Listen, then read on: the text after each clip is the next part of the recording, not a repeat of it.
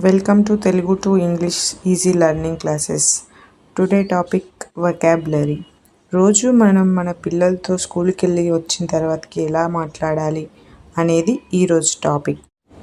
గోల చేయవద్దు, బ్యాగ్ లోపల పెట్టు, నెమ్మదిగా దిగు, ఏమైనా ఇవ్వనా, ఇక చాలు ఆపు, పుస్తకాలు సర్దుకో, కొంచెం తిను, జాగ్రత్తగా ఎక్కు.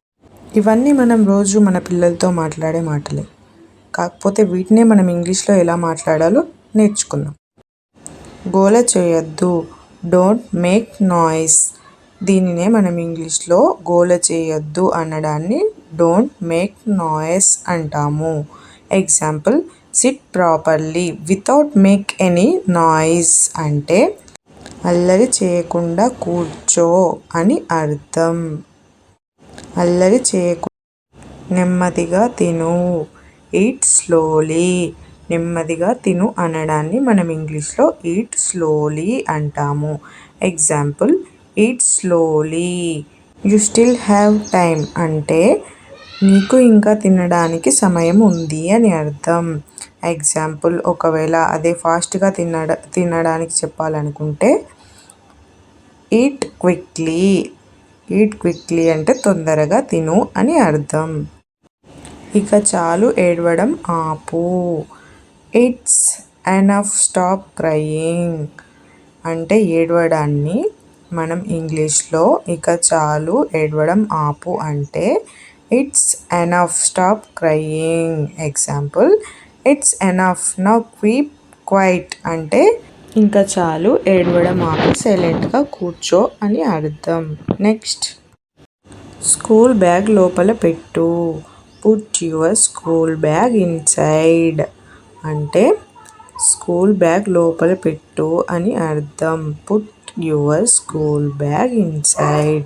Example, keep your school bag aside అంటే నీ స్కూల్ బ్యాగ్ని ఒక సైడ్కి పెట్టు అని అర్థం.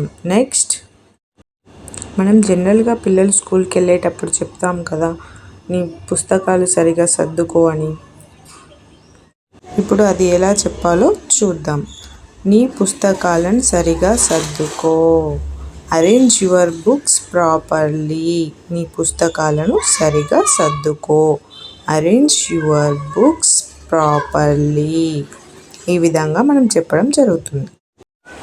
జనరల్గా పిల్లలు ఇంట్లో తుమ్మినప్పుడు ఎలా చెప్తామనేది ఇప్పుడు చూద్దాం. తుమ్మినప్పుడు నాప్కిన్ ముక్కుకి అడ్డుపెట్టు. Cover your nose with a napkin when you sneeze. తుమ్మినప్పుడు నాప్కిన్ ముక్కుకి అడ్డుపెట్టు.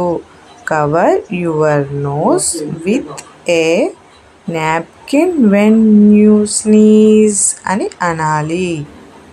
నెక్స్ట్ వన్, ఒకవేళ మనం దాహంగా ఉందా అని అడగాలనుకున్నప్పుడు నీళ్ళు తాగుతావా అని అడుగుతాం కదా, దాన్ని ఇంగ్లీష్లో డిడ్ యూ డ్రింక్ వాటర్ అంటే నీళ్ళు తాగుతావా, did you drink water. Example, you have want to drink water అంటే నీకు వాటర్ కావాలా అని అర్థం.